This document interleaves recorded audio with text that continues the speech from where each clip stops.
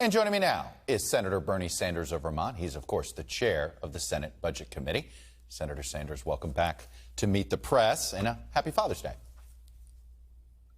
Thank you very much. Happy Father's Day to you. Appreciate that. Look, you said on Monday that you weren't going to support this bipartisan infrastructure deal as it stands right now. What would it take for you to support this deal, particularly if President Biden starts to sign off on it? What would it take, even if you don't love it? Well, Chuck, look, what we have got to do in these budgets is address the crises facing the American people.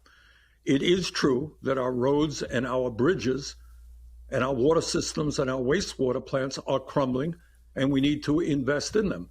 As I understand it, the so-called bipartisan plan really only provides about 25% of the money that the president asked for, about $580 billion. But the point goes beyond that.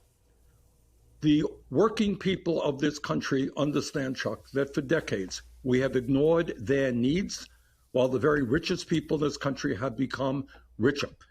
So we have a situation right now where people throughout this country cannot afford childcare. Elderly people cannot afford hearing aids or dental care.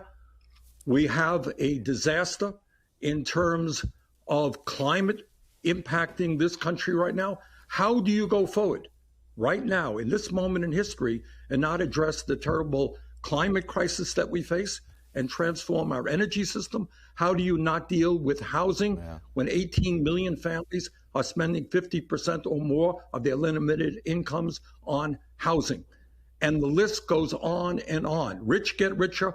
Working people are struggling. It is time we paid attention to the needs of working people. And when we do that, when we deal with climate, when we deal with infrastructure, when we deal with home health care, when we deal with child care, we can create millions of good paying jobs. That is what the American people want. That's what we've got to do.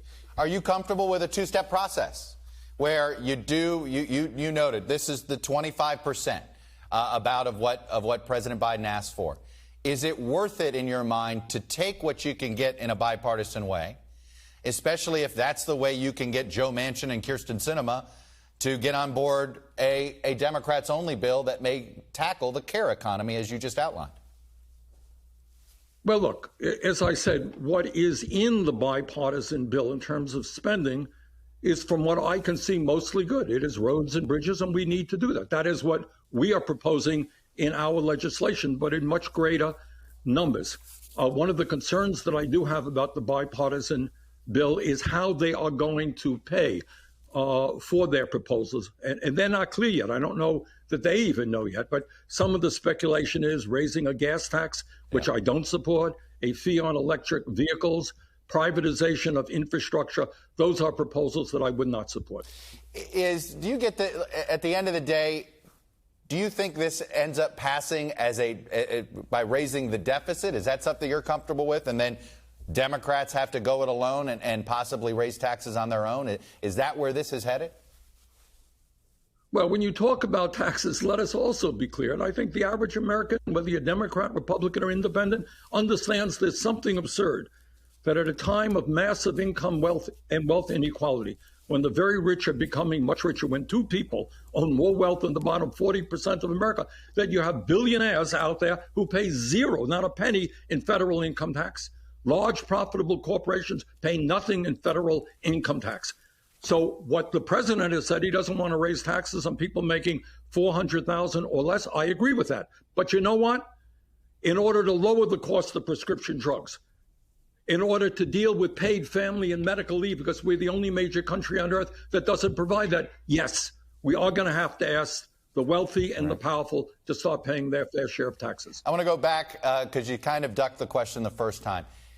Would you support or at least vow not to kill the bipartisan deal if you got a commitment from the president and some of those centrist senators to support a larger attempt to sort of a Part 2 Democrats-only reconciliation bill?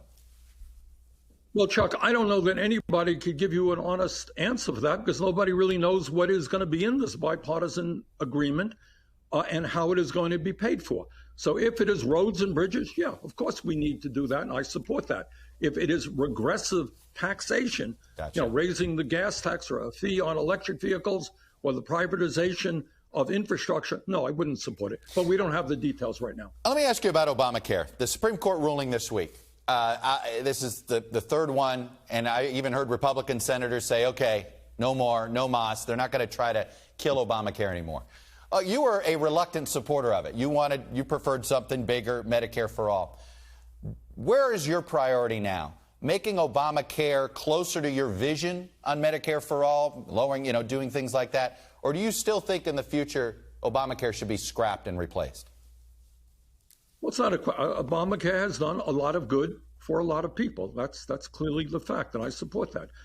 But at the end of the day, Chuck, we are the only major country on earth that doesn't guarantee health care to all people is right. We are spending roughly twice as much per capita on health care as do the people of any other country, and 90 million of us are uninsured or underinsured. We pay by far the highest prices in the world for prescription drugs. We don't have enough doctors and nurses and dentists, especially in underserved rural areas. Mm-hmm. This is not a system that is working. We pay a fortune. We don't get good value. My own view is that we must move to a Medicare for all single-payer program. And by the way, there is growing support to at least right now expand Medicare to cover dental, to cover hearing, to cover eyeglasses. It is outrageous that millions of seniors have trouble eating because they can't afford dentures. And very quickly, there's a campaign by some groups, actually, that are very supportive of you throughout the years, that are calling on Justice Stephen Breyer to retire. Among one campaign ad, it is time for Justice Stephen Breyer to announce his intent to retire from the Supreme Court. Do you think this pressure campaign is appropriate, and would you like to see him retire now? No, I will let the judge make his own decision. I'm not going to tell him what to do. Senator Bernie Sanders, the independent progressive from Vermont, I appreciate you coming on and sharing your perspective with us. Thank you. Thank you very much.